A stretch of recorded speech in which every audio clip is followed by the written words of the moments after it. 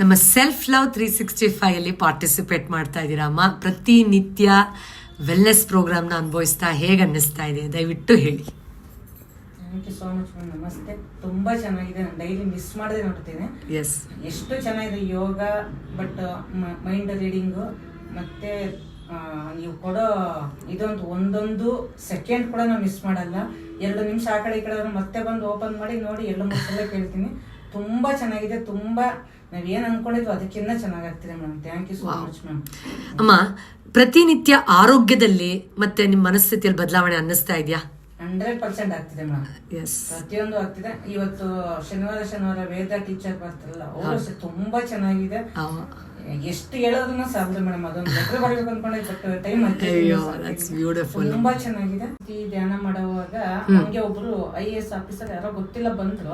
ಅಲ್ಲಿ ಹೇಳ್ತಾ ಇದ್ರು ನಮ್ಮ ಇದ್ರಲ್ಲಿ ಪೂರ್ವಿ ಮೇಡಮ್ ಅಂತ ತುಂಬಾ ಚೆನ್ನಾಗಿ ಇದು ಮಾಡ್ತಾರೆ, ಇದ್ರಲ್ಲಿ ತುಂಬಾ ಎಕ್ಸ್ಪರ್ಟ್ ಅಂತ. ಅವಾಗಿಂದ ನೋಡಕ್ ಶುರು ಮಾಡಿದೆ 1 ವರ್ಷದ ಬ್ಯಾಕ್.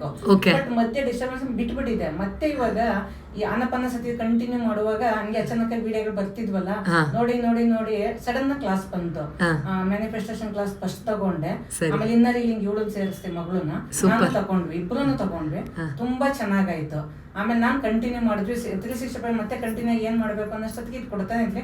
ಡಿಸೆಂಬರ್ ಲಾಸ್ಟ್ ಅಂದ್ರೆ ಆದ್ರೂ ಅಷ್ಟೊಳಗಡೆ ಬಂದು ತಗೊಂಡು ತುಂಬಾ ಚೆನ್ನಾಗಿದೆ. ಒಂದು ವಿಡಿಯೋನು ಮಿಸ್ ಮಾಡಲ್ಲ. ಪ್ರತಿಯೊಂದನ್ನು 1 ವಿಡಿಯೋ 2 ವಿಡಿಯೋ ನೋಡಿ ಜೊತೆಗೆ ಆನಪಾನ ಸತಿ. ಆಮೇಲೆ ಒಂದು 3 ಜನ ಮೇಡಮ್ ಕಂಟಿನ್ಯೂ ನಾನು ಇದು ಮಾಡ್ತೀನಿ. ಅಂದ್ರೆ ಅವ್ರು ಅಲ್ಲಿ ನನಗೆ ಹಿಂಗೆ ಕೈ ಬಿಟ್ಟು ನೋಡಿದ ತಕ್ಷಣ ಕರಾಗ್ರೆ ವಸತಿ ಲಕ್ಷ್ಮಿ ಕರಮಧ್ಯ ಸರಸ್ವತಿ ಅಂತ ಫಸ್ಟ್ ಸರಸ್ವತಿ ನಿಮ್ ಫೋಟೋ ಫಸ್ಟ್ ಇನ್ನಿಬ್ರು ಮೇಡಮ್ ಅಷ್ಟು ಚೆನ್ನಾಗಿ ಕಾಣಿಸುತ್ತೆ.